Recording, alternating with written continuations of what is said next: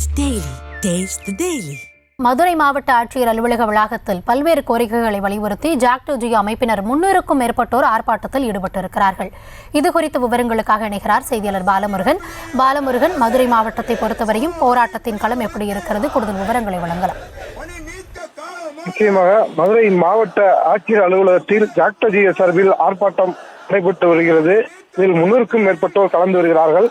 அரசு ஊழியர்கள் மற்றும் ஆசிரியர்களுக்கு பழைய ஓய்வு திட்டத்தை அமல்படுத்த வேண்டும், காலி பணியிடங்களை நிரப்ப வேண்டும், ஊதிய முரண்பாடுகளை களைய வேண்டும் என்பன உள்ளிட்ட பல்வேறு கோரிக்கைகளை வலியுறுத்தி ஜாக்டோ அமைப்பினர் அரசு ஊழியர்கள் சங்கத்தினர் தொடர்ந்து பல ஆண்டுகளாக போராட்டத்தில் ஈடுபட்டு வருகிறார்கள்.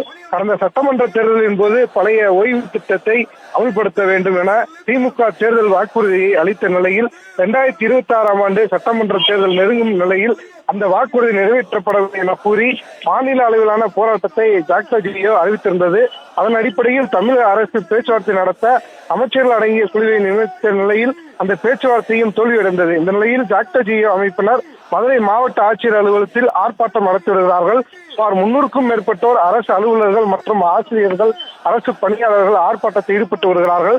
தொடர்ந்து இந்த ஆர்ப்பாட்டத்தில் திருவோடு ஏந்தி நாமம் போட்டும் அரை நிவாரண கோலத்தில் நூதன முறையில் அரசுக்கு எதிர்ப்பு தெரிவித்து ஆசிரியர் ஞானசேகரன் என்பவர் வேடமணிந்து தமிழக அரசுக்கு எதிராகவும் தேர்தல் வாக்குறுதி நிறைவேற்ற வலியுறுத்தி கண்டன கோஷங்களை எழுப்பி வருவதால் மாவட்ட ஆட்சியர் அலுவலக வளாகம் முழுவதும் பரபரப்பாக காணப்பட்டு வருகிறது. சௌதமி, விவரங்களுக்கு நன்றி. Taste the Daily.